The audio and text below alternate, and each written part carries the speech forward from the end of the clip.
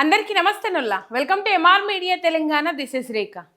ఈ ఎన్నికలు కాంగ్రెస్కి ఒక రెఫరెండం, అంటే దాదాపు ఇది మీకు రెఫరెండం మాకు రెఫరెండం అనే బదులు కాంగ్రెస్ కానీ ఇంకా కాంగ్రెస్ పార్టీ నాయకులు కొందరికి సవాళ్ళు విసురుతా ఉన్నారు. ఇవి మాకు రెఫరెండం అని చెప్పేసి కొందరు ఈ ఛాలెంజ్ని స్వీకరించరు అని చెప్పేసి కొంతమంది మంత్రులు సవాళ్ళు కూడా విసిరిండ్రు.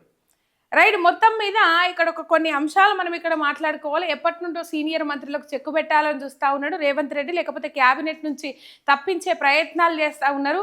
ఎవరైతే వాళ్ళకు థ్రెట్ అని చెప్పేసి భావిస్తూ ఉన్నారో రేవంత్ రెడ్డి, వాళ్ళను సైడ్ చేసే ప్రయత్నాలు జరుగుతూ ఉన్నాయి.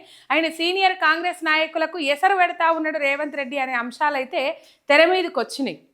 ఇదంతా పక్కకు పెడితే మనం ఇప్పుడు ఒక స్పెషల్ ముచ్చట మాట్లాడుకుందాం. మున్సిపల్ ఎన్నికల సందర్భంగా ఒక స్పెషల్ ముచ్చట అనుకోవాలి. ఇది ఒక సబ్స్క్రైబ్ చేసుకొని మీ ఒక్కొక్క సబ్స్క్రైబు నాకు ఎంతో బలాన్ని ఇస్తుంది.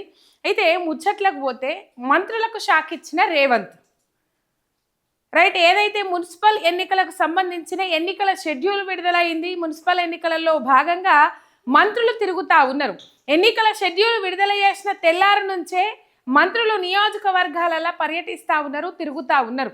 మన సర్పంచ్ ఎన్నికల నేపథ్యంలో ఏ విధంగా నిరసన సెగలు దాకినాయి, ఏ విధంగా ప్రజలు మర్రబడ్డరు, ఏ విధంగా నిలదీసిండ్రు అనేది మనం అంతా చూసినాం. కాంగ్రెస్ ఎమ్మెల్యే కాన్కేలు మొదలు పెడితే కాంగ్రెస్ మంత్రుల దాకా అందరినీ నిలదీసిండ్రు, ప్రశ్నించిండ్రు, శాపనార్థాలు పెట్టిండ్రు. పాపము పాలకుర్తి ఎమ్మెల్యే యశస్విని రెడ్డి లాంటి వాళ్ళు పాపము ఏం చెప్పాలని అర్థం కాక పాపము ఆడబిడ్డను మాట్లాడనీయకపోతే మీకు నా పాపం తలుగుతుంది అని చెప్పేసి ఆమె మాట్లాడిన సందర్భాలు, అంటే ప్రజలు అంత ఒత్తిడి తీసుకొచ్చిండ్రు, మీరు ఏం చేసిర్రు అని చెప్పేసి ప్రశ్నించిండ్రు. ఏ పార్టీకైనా అధికారంలో ఉన్న పార్టీ ఎక్కువ మెజార్టీ స్థానాలను గెలుచుకుంటుంది, కైవసం చేసుకుంటుంది.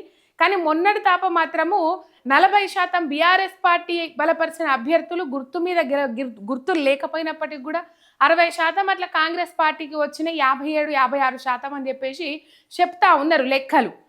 ఎక్కడైనా ఈ 2 ఏళ్ల పొద్దులో కాంగ్రెస్ పార్టీ మీద ఇంత తీవ్రమైన వ్యతిరేకతను మనం చూసినాం. 40% ఆపోజిషన్ పార్టీకి పోయినాయి, ప్రతిపక్ష పార్టీకి పోయినాయి అన్నప్పుడే మనం అర్థం చేసుకోవచ్చు.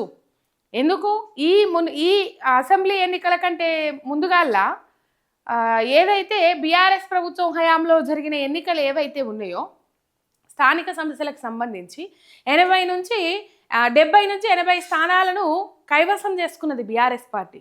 అది 10 ఏళ్ల వ్యతిరేకత అయినప్పటికీ కూడా 10 ఏళ్ల వ్యతిరేకత ఉన్నప్పటికీ ఎంతో కొంత ఉన్నప్పటికీ కూడా 70 నుంచి 80 స్థానాలను సంపాదించుకున్నది.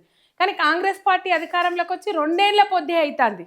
ఏకంగా వాళ్ళతోని పొత్తులు పెట్టుకున్న బయటకు వచ్చి మాట్లాడడం, లేకపోతే నియోజకవర్గాలలో ప్రజలు ఇప్పుడు మున్సిపల్ ఎన్నికల వేళ కాంగ్రెస్ పార్టీకి పెద్ద ఎత్తున దెబ్బ తాకుతూ ఉన్నది. కాంగ్రెస్ పార్టీకి రిజైన్ చేసి వేరే పార్టీలోకి పోవాలని చూస్తూ ఉన్నారు. ఈయలనే పెద్ద ఎత్తున రాజీనామాల పర్వం కూడా కొనసాగింది, మనం చూసినాం.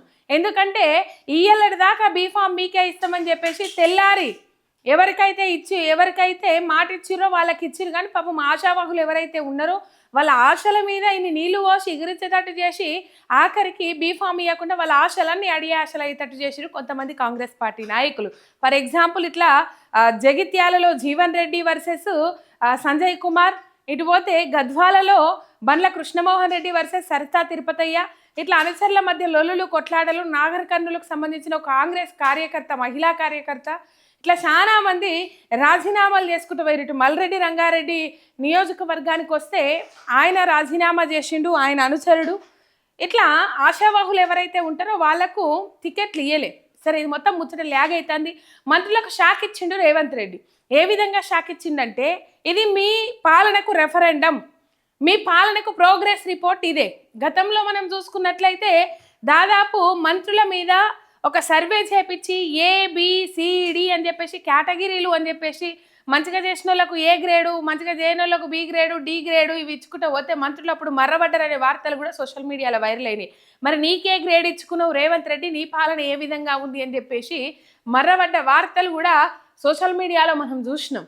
రైట్, మొత్తం మీద ఈ మున్సిపల్ ఎన్నికల సందర్భంగా ఒక్కొక్క మంత్రికి ఒక్కొక్క పార్లమెంట్ సెగ్మెంట్ను అప్పచెప్పిండ్రు రేవంత్ రెడ్డి. ఈయలనే సమీక్ష నిర్వహించిండ్రు మీనాక్షి నటరాజన్తో అండ్ TPCC అధ్యక్షుడు మహేష్ కుమార్ గౌడ్తోని. రేపు నల్లగొండ పోతాడు, హెలికాప్టర్లో పోతాడట రేవంత్ అన్న. ఇక ఏడనన్నా పోని పాలన ఏమనంటే పైసలు లేవని అంటాడు కానీ పోయి కోట్ల రూపాయలు ఖర్చు పెట్టుకుంటాడు కానీ మొత్తం మీద ఇక్కడ హెలికాప్టర్ వేసుకొని పోతాడట నల్లగొండకు. నల్లగొండ ఎంత దూరం ఉన్నదో హైదరాబాద్కు. మరి రేపు ఇంకా వేరే కార్యక్రమాలు ఏమన్నా ఉన్నాయంటే తెలియదు. హెలికాప్టర్ వేసుకొని పోతాడట.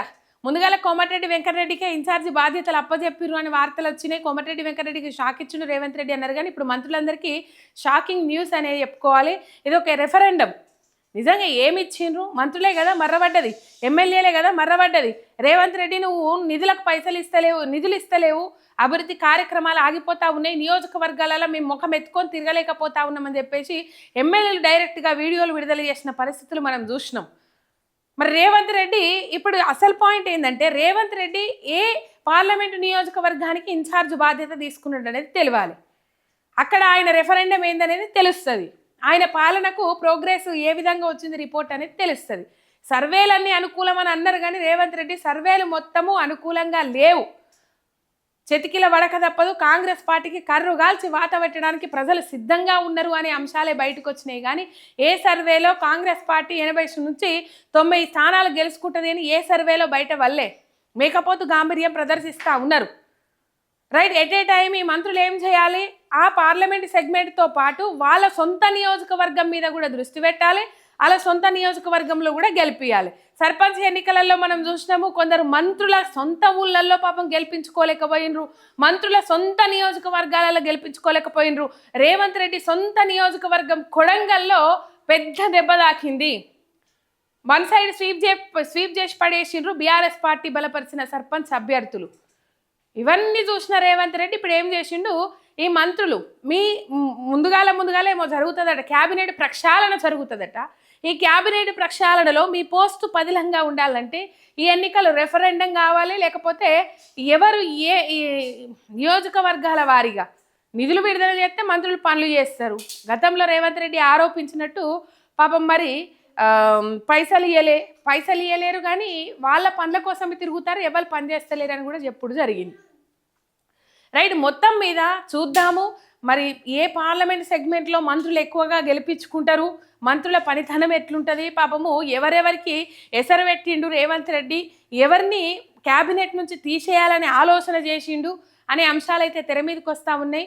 ఈ మంత్రులకైతే షాక్ ఇచ్చిందని చెప్పుకోవాలి. ఒక సబ్స్క్రైబ్ చేసుకొని సపోర్ట్ చేయండి. మీ ఎంఆర్ మీడియా తెలంగాణ శనార్థి.